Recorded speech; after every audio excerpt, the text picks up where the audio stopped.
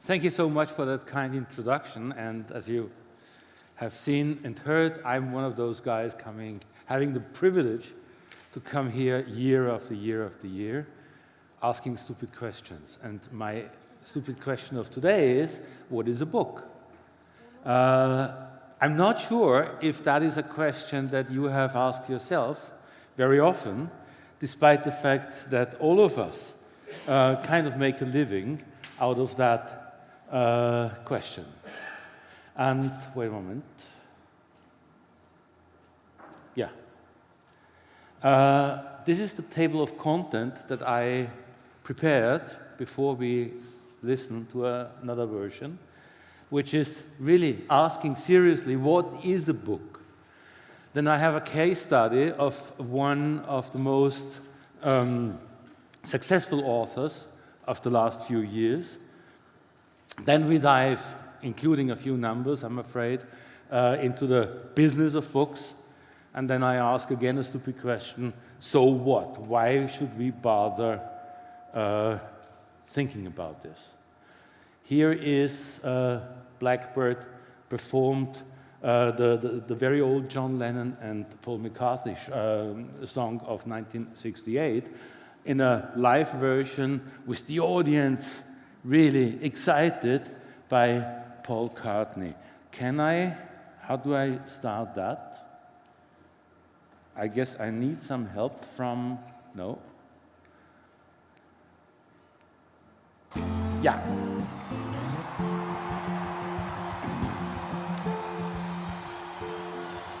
Blackbird singing in the dead of night. Take these broken wings and learn to fly all your life. You were only waiting for this moment to arrive. Why that song? The lyrics are Blackbird, a bird singing in the dead of night, take these broken wings and learn to fly. All your life you were only waiting for this moment to arrive. That is a little bit how many book people regard themselves, like that not really very well recognized bird, which is not colorful, which is singing beautifully, but always waiting for that moment to arise. The question is this really how the book business still is, realistic as seen today? And that's the main question that I want to ask during my talk. So what is a book? There is a very official definition that was released in 1964 by UNESCO. A book is a non-periodical printed publication of at least 49 pages, exclusive of cover pages, published in a country and made available to the public. Very clear, straightforward. And in a way, it works despite all the transformations until today. However, the problem is, this is not the only way how we can look at books today. And we have to include in books, in the concept of books, a lot of other things. Is this a book? For instance, yeah, you see this gadget in the early days of e-books, where people are around and asking, how does that work? What does it make with me, etc. That is a reader how we see it. It's a wonderful painting of the Renaissance in a monastery in Florence, Italy. But is this really the only way how we can look at reading a book? These kids all are looking in the same position into their phones, and of course, they also read like this on these phones. Are these readers? Yes, no. There is really heated debates about learned people, but the most important question is, does this really matter if they are readers or not? Why are we so serious about asking these questions? So I chose to take a more thorough look at one author who is extremely successful these days, Rebecca Yarros, who started to publish her series of novels only 2 years ago, 2023, and had a roaring success. The story, the plot, is a romance novel set at a military academy for dragon riders. I mean, is this really the storyline that we were all waiting for the last 25 years? I'm not quite sure. And yet, it was really, as I said, a roar. 12 million copies in the United States alone, sold in less than 2 years. Yeah? It was the ideal moment because it connected with Book Talk. And it was in the middle of a romantasy craze.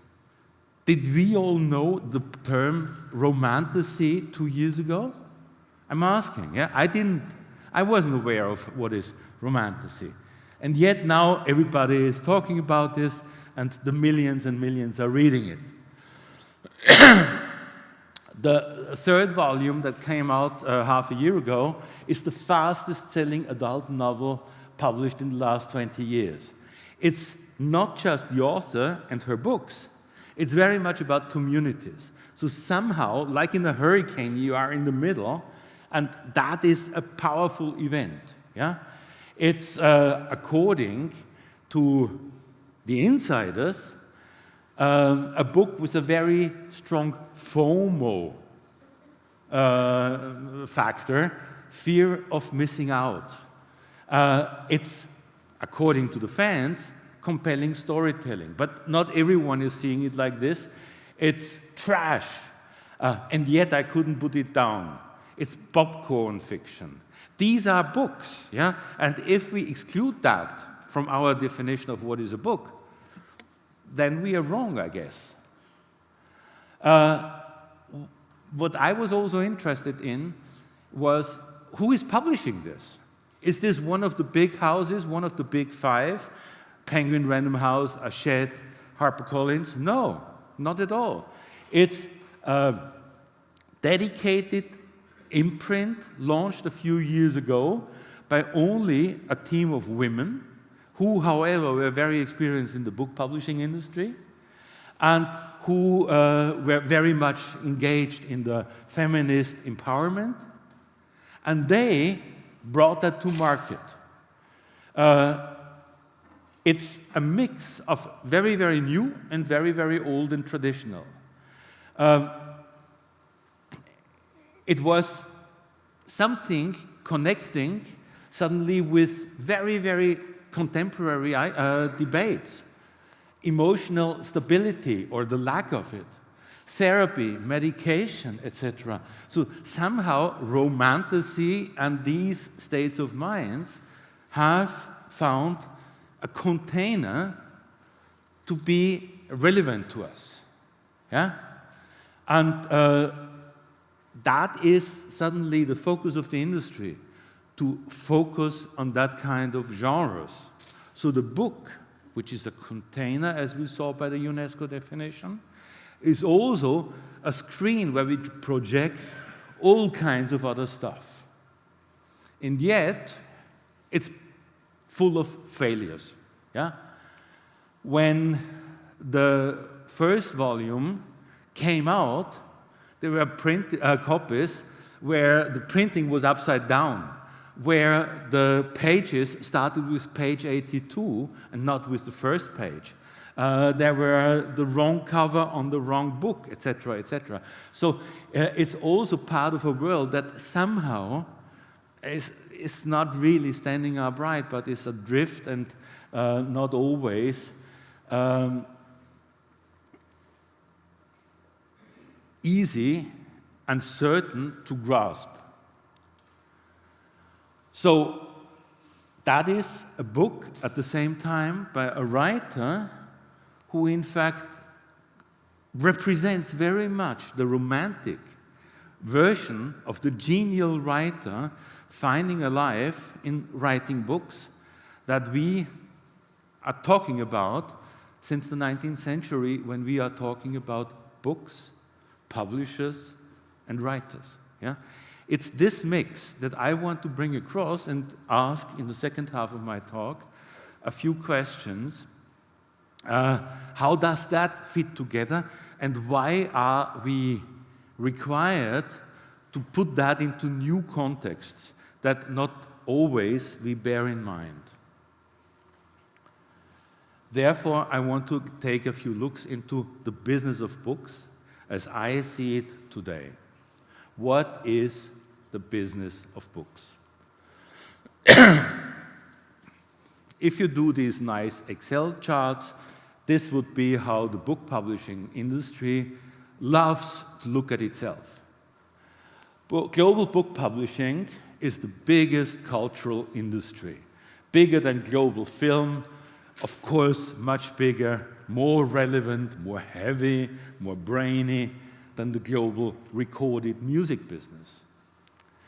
The reality of today, as I would suggest, looks a little bit different.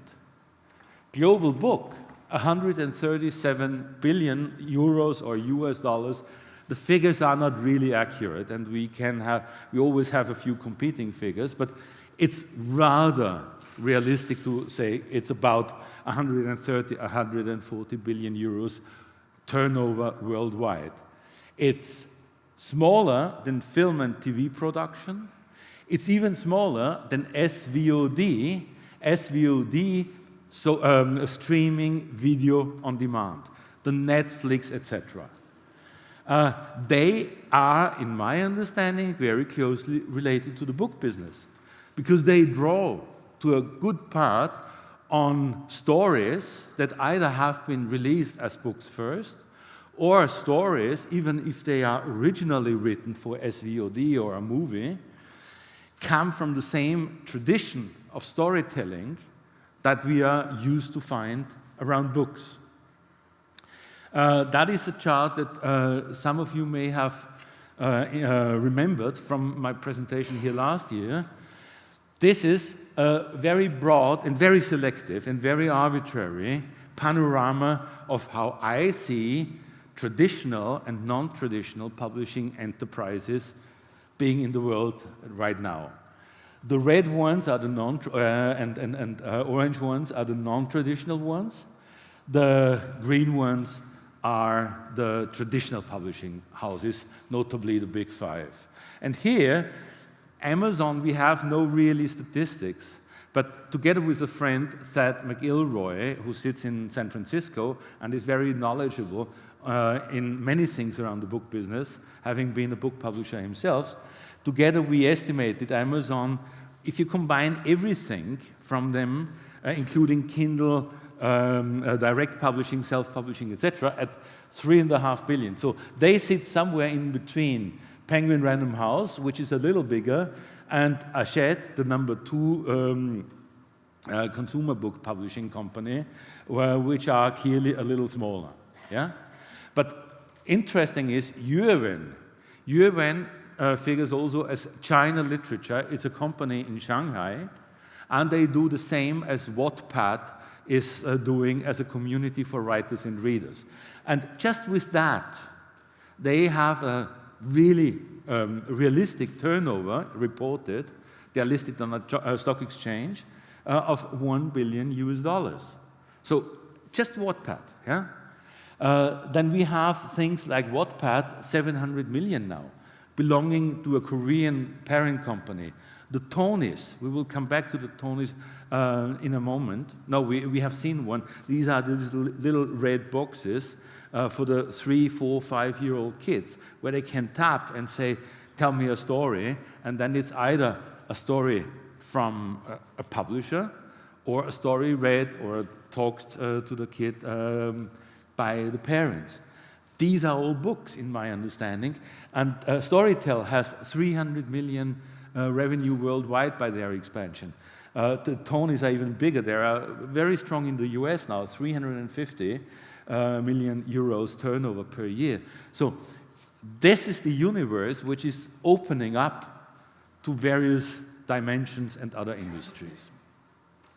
And then we have to understand, when we look into these different media and entertainment industries, that it's always, in the same way as I described here now for the book business, difficult. How do we frame this? What is the movie industry?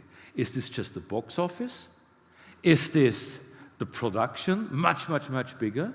Or is this something in between? What are the business models, etc.? And you see here, the global film and TV production is way bigger than the box office. The box office in the chain of exploitation is tiny. But in the relevance to make that visible, to bring it to the mind of the audiences, the global box office is very, very strong and important. Yeah? And that's the core of the film industry, which would be the equivalent to the book publishing as traditional publishing. And then we have these new games like SVOD, streaming video on demand, which suddenly exploded. These new platforms, usually by very complicated processes, are dominated by a very few players mostly. Here in the case of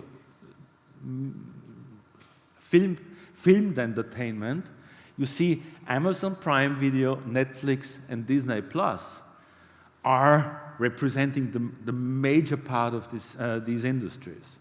3 players, yeah? And the other thing that we see, you can hardly make the difference between production of stuff and dissemination of this stuff. And the same is true for the book business. We watch publishing as production.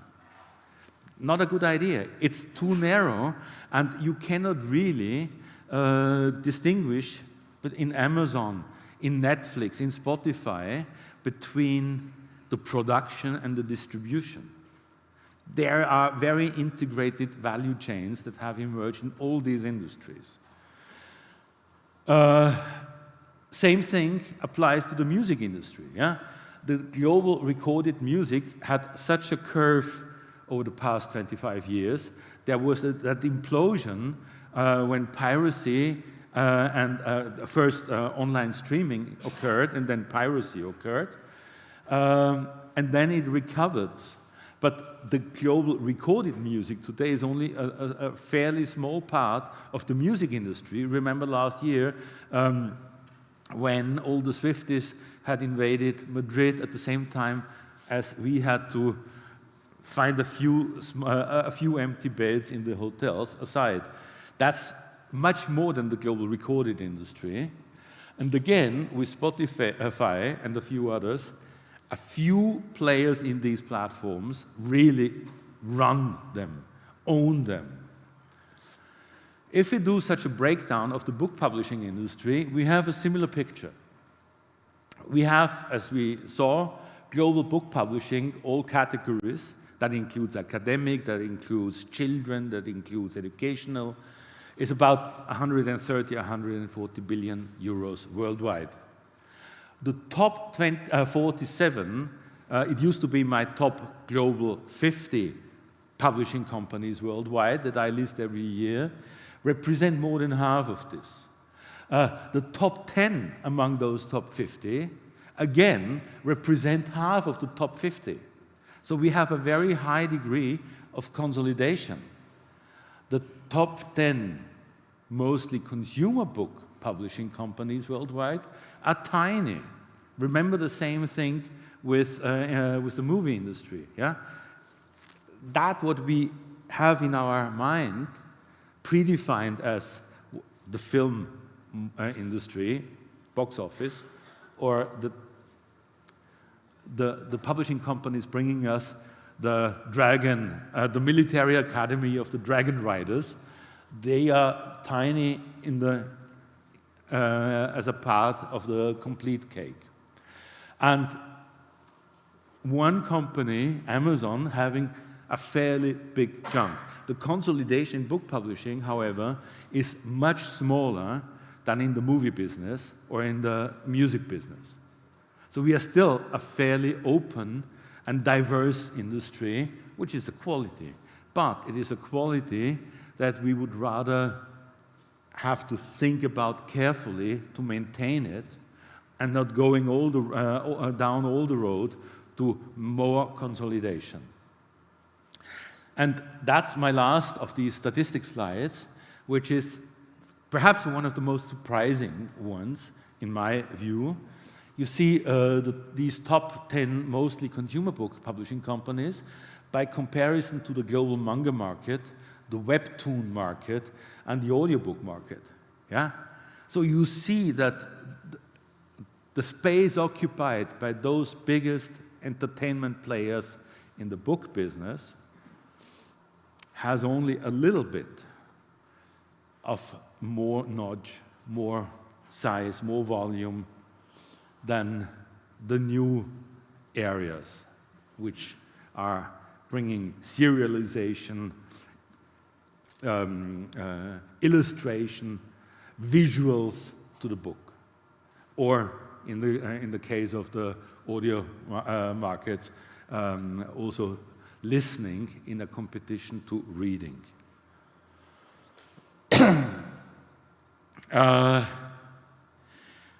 One last thing.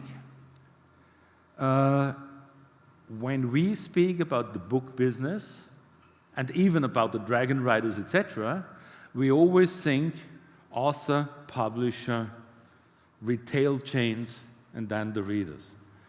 And now this is a very, very stunning chart, and we don't have it for Europe, we have it only for the US. The number of ISBNs handed out for the US on an annual basis from 2011 to 2023, because in the US we know it's one company, Bauka, who are selling these ISBNs. And that here is to be summarized as self-publishing.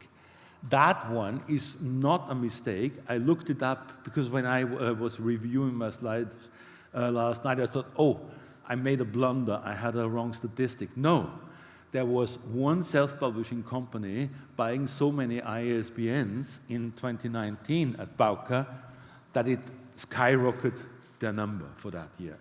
So the impact of another model as author, publisher, retailer has totally transformed the business and also the perception by readers.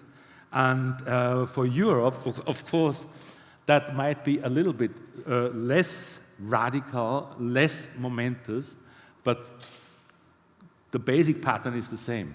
We see it here in the chart below. The green part, less than one quarter, comes from traditional publishers in that number, total number of sold ISBNs. 1 out of every 4 titles only comes in the US from a traditional publisher. What does that mean? You see the global book business. I exaggerated a little bit, I beautified it a little bit to put it in the middle, and being so big, has more and more overlaps with other media and entertainment in markets, and it's more and more difficult to make clear, sharp distinctions between the one circle and the other circles. It's more interested, in my understanding, to take looks at these spaces with the overlap.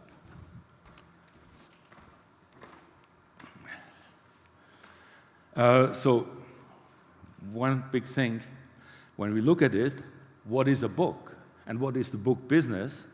Bear in mind, the very short form answer is, it's a mess. But a mess can be very creative and very productive. I'm personally absolutely not against a mess as a good quality, because it can have a lot of force. But taking a look, visualizing the book and entertainment and media industry like this is perhaps not very much realistic anymore. What we see is that the context around the book is very, very rapidly transforming. That's the mess part. Books, but that's not a new thing, coexist with many other media and formats. Even in the Renaissance, the reader you remember from the monastery, that was for focusing, but they did many other things as well, which were part of their everyday lives, their communication, their cultural inspiration, etc. So it's not new, but it's very important to be aware of this. And the digital, which is part of what we see going on over the past 25 years or so, makes a shift from starting with the publishers and the producers and the gatekeepers to the audience, because what is going on is more and more defined by the audience and not by the producers. The authors, however, are another story. The relevance, the strength, the long arm of the authors has increased. It's those in the middle, the publishers and retailers, whose importance, whose muscle has declined. So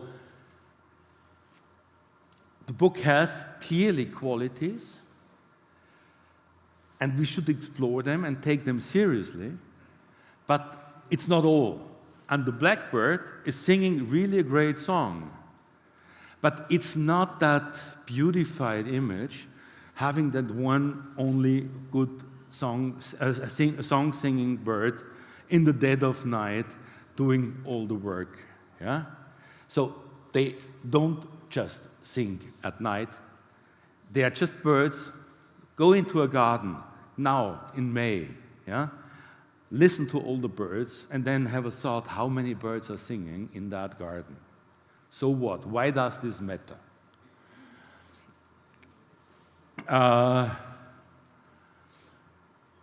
When I prepared this talk, I had a wonderful moment in my office, because I have a little display, a little whatever, where I have very old, half a dozen copies of very old magazine.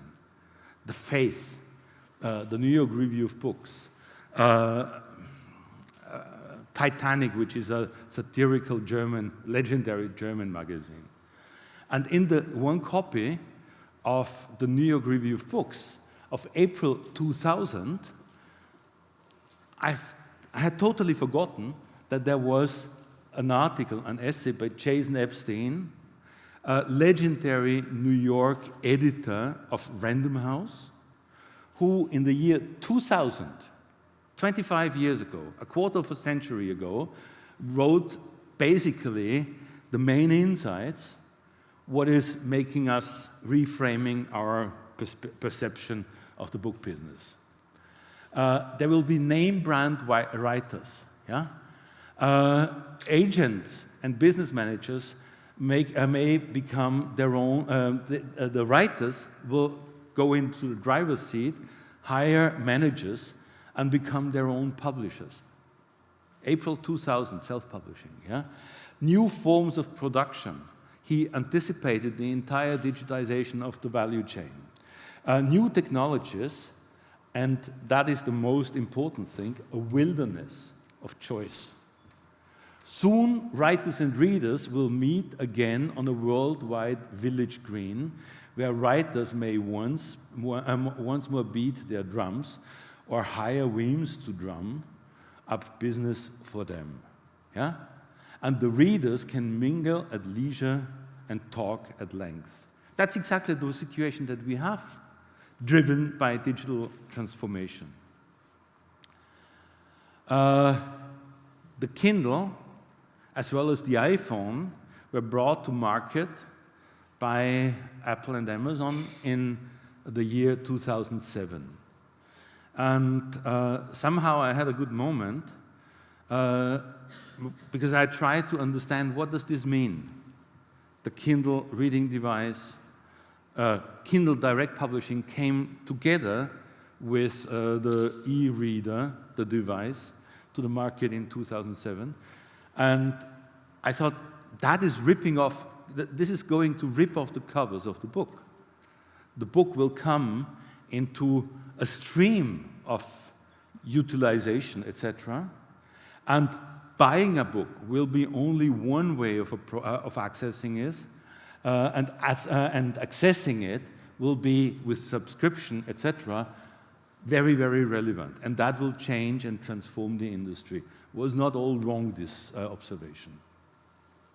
Already back more than a decade ago, the US postal offices, which are granting a reduced stamp tariff when you are sending books, already more than a decade ago said it's not only for books, music sheets and CDs and whatever other can benefit from the same thing.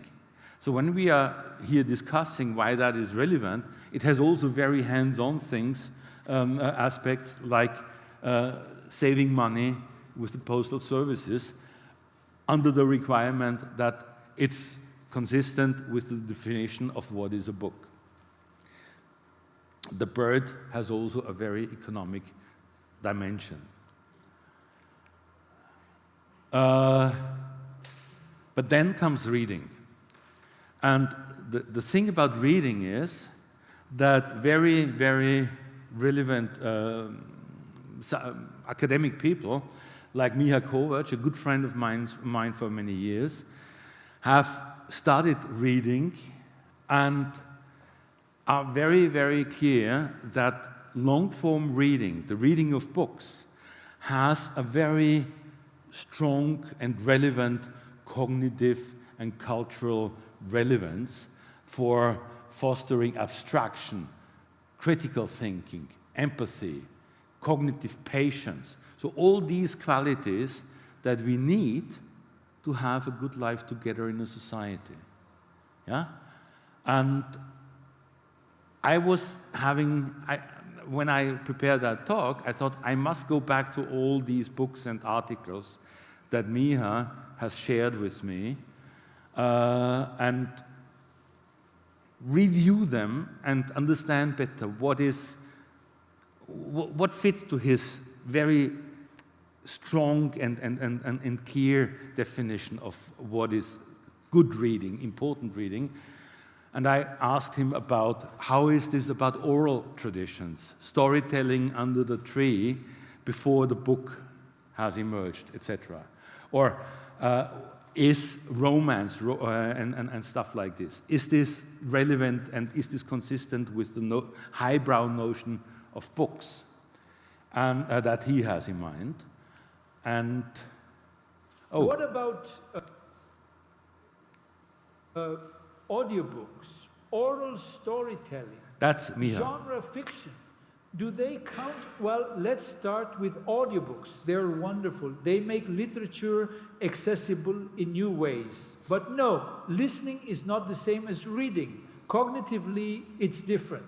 When we read a text, we self-regulate. We pause, we reread, we interpret. That kind of active engagement, that's what builds higher level thinking.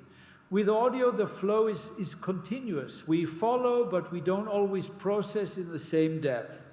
Now, if you go way back to pre-literate societies, oral storytelling was the book. It was structured, communal. It shaped memory, culture, even morality. And yes, in those settings, it absolutely fulfilled the role that books play for us today.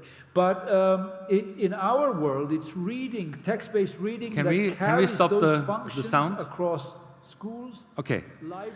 That is kind of Miha speaking about the reading, because in fact, I was feeding all his articles and books on reading into AI, then cloned his voice and made him made the machine writing up a verbal statement and recorded it like an interview and then played it to Miha, of course, to get his permission. We had a good laugh.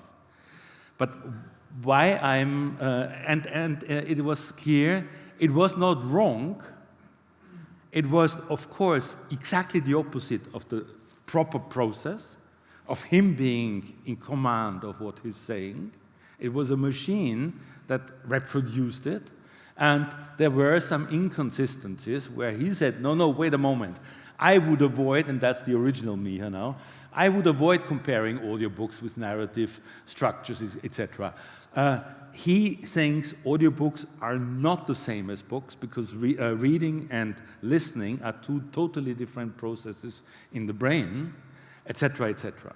But we did that little joke or experiment to show we are again at the threshold that where not only a little bit of bad humor and cloning of a voice and stealing books is on the table, but it's again a very, very deep and very, very strong, impactful transition that we are going to be in the next few years, which is difficult to anticipate, but somehow it will be like driftwood, where everything in the stream of the oceans will be reconfigured, rearranged anew. So when we speak about the book and about reading today, we are in a really very, very dynamic new situation. To wrap it up, there are many, many ways of books, formats, audience, and other media. Yeah? Books are not alone. Bear that in mind. That's very, very important. That's the opposite to the Blackbird alone singing in the dead of night. What is a book? Today depends largely, for a definition, on your perspective. If you are looking at it as a product and you ask who is in control, me as a publisher or whoever, reading as a civic act in politics is a different perspective, but relevant, but looks at book differently because it excludes certain books like audiobooks from the definition. The creators, in my understanding, are more and more on top of the entire game. And of course, we still have good practical economic reasons to maintain a very old and traditionalist definition of what is a book in order to save on the stamps, shipping them, etc., getting support from governments for translations, for training publishers, authors, whatever. That is the status. Not one definition, but many. Why is this so important? Because it is really part of a very complex system that is transforming, but the few key takeaways that I want to bring across with you is authors drive the business of books today much more than publishers. Publishers, therefore, really need to sharpen their profile. We need to be aware, without being shy, of that dynamic landscape. We need to exploit the many channels and platforms for the book business, because one alone is not good enough, and we need to anticipate the transformative impact of AI. Everyone will use it soon. It is diluting, but certainly not replacing the book. And the higher title output with self-publishing, etc., is really impactful when it comes to compete for the attention of the audiences. That is what I wanted to bring across. And then we can have, again, the pleasure of listening to a good song like that one. This is a song called Blackbird. But you see, hopefully you guys like my version. so many people, not very many stop and listen. And that's the situation of the book today. That was it. And I hope you had some fun. And if you want to read more, come and get my reports. Thank you very much for your attention.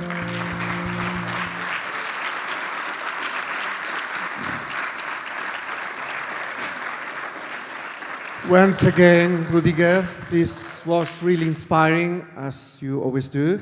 lot of questions. This means read. To read is to inspire and to understand the future, foresee the future. I don't know if it's any question for Rüdiger. We've got, yeah, like 3 minutes.